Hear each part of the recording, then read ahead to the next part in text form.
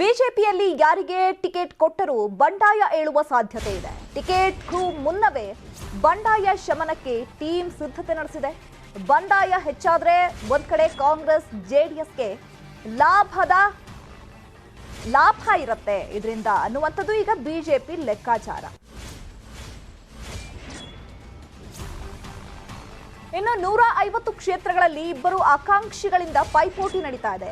ಯಾರಿಗೆ ಟಿಕೆಟ್ ಕೊಟ್ಟರು ಒಂದಷ್ಟು ಅಸಮಾಧಾನ ಇದ್ದೇ ಇರುತ್ತೆ. ಬಂಡಾಯ ಶಮನಕ್ಕೆ ಇದೀಗ ಹೈಕಮಾಂಡ್ನಿಂದ ಟಾಸ್ಕ್ ಅನ್ನ ನೀಡಲಾಗಿದೆ.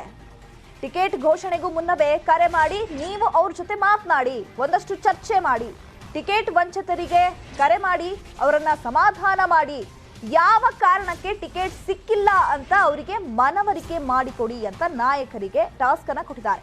ಸರ್ವೆ ರಿಪೋರ್ಟ್ ಏನ್ ಹೇಳಿದೆ, ಮತದಾನದಲ್ಲಿ ಏನಾಗಿದೆ, ಕೋರ್ ಕಮಿಟಿ ಸಭೆಯ ಅಭಿಪ್ರಾಯವನ್ನ ತಿಳಿಸೋದಕ್ಕೆ ಸೂಚನೆಯನ್ನ ಕೊಡಲಾಗಿದೆ. ಮುಂದಿನ ದಿನಗಳಲ್ಲಿ ಪಕ್ಷ ನಿಮ್ಮ ಜೊತೆ ಇರಲಿದೆ ಅಂತ ತಿಳಿಸಿ ಅಂತ ಈಗ ಹೈಕಮಾಂಡ್ ಹೇಳಿರುವಂಥದ್ದು. ಟಿಕೆಟ್ ಘೋಷಣೆ ಬಳಿಕ ಬಂಡಾಯ ಶಮನ ಮಾಡೋದಕ್ಕೆ ಟಾಸ್ಕ್ ಅನ್ನ ನೀಡಲಾಗಿದೆ. ಮಾಜಿ ಸಿಎಂ ಬಿಎಸ್ವೈ ಹಾಗೆ ಹಾಲಿ ಸಿಎಂ ಬಸವರಾಜ ಬೊಮ್ಮಾಯಿ, ನಳಿನ್ ಕುಮಾರ್ ಕಟೀಲ್, ಸಿಟಿ ರವಿ, ಪ್ರಹ್ಲಾದ್ ಜೋಶಿಗೆ ಈ ಜವಾಬ್ದಾರಿಯನ್ನ ನೀಡಲಾಗಿದೆ. ಯಾವುದೇ ಕಾರಣಕ್ಕೂ ಬಂಡಾಯ ಏಳದಂತೆ ನೋಡಿಕೊಳ್ಳಿ ಅನ್ನುವಂತಹ ಜವಾಬ್ದಾರಿಯನ್ನ ನೀಡಲಾಗಿದೆ.